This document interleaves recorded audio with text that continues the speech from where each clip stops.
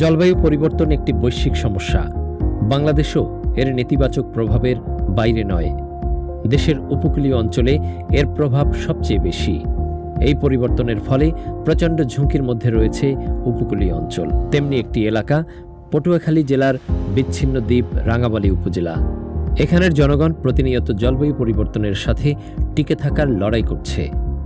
রাঙ্গামালী উপজেলার অধিকাংশ মানুষের জীবিকা কৃষি নির্ভর। 2011 সালের 14 মার্চ পটুয়াখালী জেলার গলাচিপা উপজেলার অংশবিশেষ নিয়ে গঠিত হয় রাঙ্গামালী উপজেলা। নতুন উপজেলা হিসেবে এখনও চালু হয়নি উপজেলা স্বাস্থ্য কমপ্লেক্স এবং ফায়ার সার্ভিসের মতো জরুরি নাগরিক সেবা। সেই সাথে নারী ও শিশু সুরক্ষা বিষয়ক সেবাও এখানে অপ্রতুল। তাই সাধারণ মানুষকে স্বাস্থ্যসেবা গ্রহণের জন্য দীর্ঘ, ঝুঁকিপূর্ণ ও ব্যয়বহুল নৌপথ পাড়ি দিয়ে যেতে হয় গলাচিপা স্বাস্থ্য কমপ্লেক্সে। ফলে জরুরি মুহূর্তে অনেকেই প্রয়োজনীয় স্বাস্থ্যসেবা থেকে বঞ্চিত হন। করোনা সংক্রমণ প্রতিরোধে বাংলাদেশ সরকার 2022 সালের মধ্যে 80% জনগণকে করোনা ভ্যাকসিন নিশ্চিত করার লক্ষ্যমাত্রা নির্ধারণ করে। আমি শারীরিকভাবে অক্ষম। আমি গলাচিপা যাইয়া করোনার টিকা দিতে পারি নাই। বাড়িতে বসিয়া আমি করোনার টিকা দিতে পারছি। আমি জাগনারী আইআরসিকে ধন্যবাদ। অথচ সেপ্টেম্বর 2021 পর্যন্ত রাঙ্গামালী উপজেলায় মাত্র 2.88% মানুষকে করোনা টিকা প্রদান করা সম্ভব হয়েছিল। উপজেলায় নিজস্ব স্বাস্থ্যকেন্দ্র না থাকা, স্বাস্থ্যকর্মীর অভাব, যোগাযোগ ব্যবস্থার দুরবস্থা এবং সাধারণ মানুষের মধ্যে কুসংস্কার এই উপজেলায় টিকা কার্যক্রমকে ব্যাপকভাবে বাধাগ্রস্ত করে।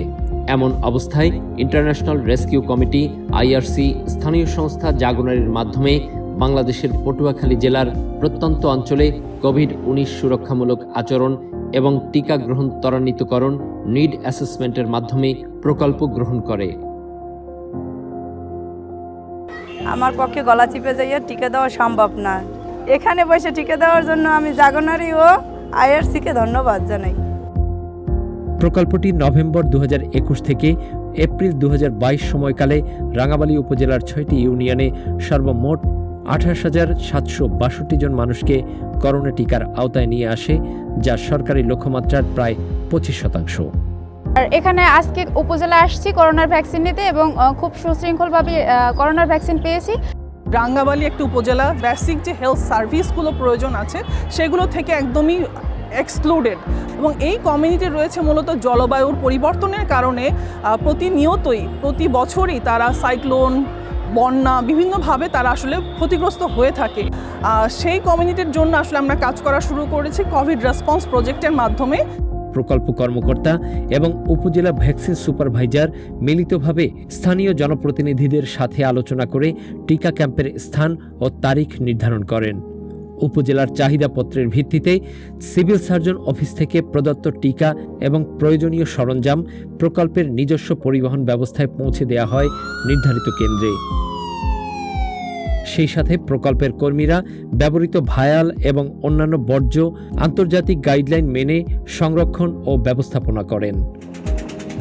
এখানে কোনো স্বাস্থ্য কমপ্লেক্স নেই, তাই আমাদের করোনা টিকার আওতায় তাদের আসা খুব কঠিন ছিল, এবং আমরা আইআরসি এবং জাগনারীর সহযোগিতা আমরা তাদেরকে 26টা ক্যাম্পের মাধ্যমে টিকার আওতায় নিয়ে আসব। প্রকল্পের নির্ধারিত তারিখে টিকাদান কেন্দ্র সংশ্লিষ্ট এলাকার স্বেচ্ছাসেবক, স্কুল শিক্ষক এবং সেবা প্রদানকারীদের মোবিলাইজ করে টিকা গ্রহীতাদের নিবন্ধন এবং টিকা কার্ড প্রদান করে। করোনা ভাইরাস সংক্রমণ রোধে করণীয় বিষয় এবং টিকা কেন্দ্রে এসে টিকা গ্রহণে আগ্রহী করতে প্রকল্পের কর্ম এলাকায় ব্যাপকভাবে মাইকিং করা হয়। কেন্দ্রের শৃঙ্খলা এবং অন্যান্য ব্যবস্থাপনায়ও প্রকল্প কর্মীরা নিরলসভাবে কাজ করেছে। এছাড়াও প্রকল্পের 2 জন সেবিকা গলাচিপা উপজেলা স্বাস্থ্য কমপ্লেক্সে সেবা প্রদান করেছেন, যারা দৈনিক গড়ে 600 জন মানুষকে টিকা প্রদান করেছেন। তাঁরা এভাবে প্রায় 34,000 মানুষকে টিকা গ্রহণে সহায়তা করেছেন। সর্বোপরি প্রকল্প সংশ্লিষ্ট উপজেলায় করোনা ভ্যাকসিন কার্যক্রমকে ত্বরান্বিত করতে সরকারের পাশাপাশি দায়িত্বশীলতার সাথে কাজ করেছে। আজকের এ পর্যায়ে এসে আমরা রাঙ্গামালীকে যদি বলি, রাঙ্গামালী কিন্তু প্রত্যেকটা ইউনিয়ন এক একটা দ্বীপ, বিচ্ছিন্ন জায়গা, সেখানে আমরা টিকার আওতায় আনতে পেরেছি এবং সফলভাবে এই টিকা কার্যক্রম বাস্তবায়ন করতে পারছি। প্রকল্পের এই সহযোগিতার কারণে মানুষের মধ্যে সচেতনতা যেমন বেড়েছে, তেমনি বেড়েছে টিকা গ্রহণের হার। ইন্টারন্যাশনাল রেস্কিউ কমিটি তার নতুন কৌশলপত্রে ভবিষ্যতেও জলবায়ুর পরিবর্তনের ঝুঁকিতে থাকা এই জনগোষ্ঠীর জন্য কাজ করে যাবার পরিকল্পনা হাতে নিয়েছে।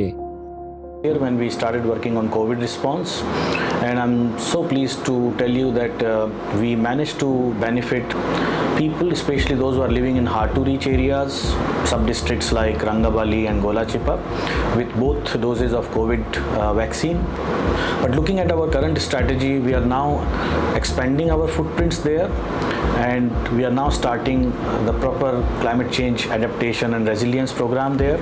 And our focus will be mainly to look into how the climate change is impacting women and adolescent girls, and as a family, as an individual, overcome the climate change impact and find best solution for them to adapt with the climate change impact.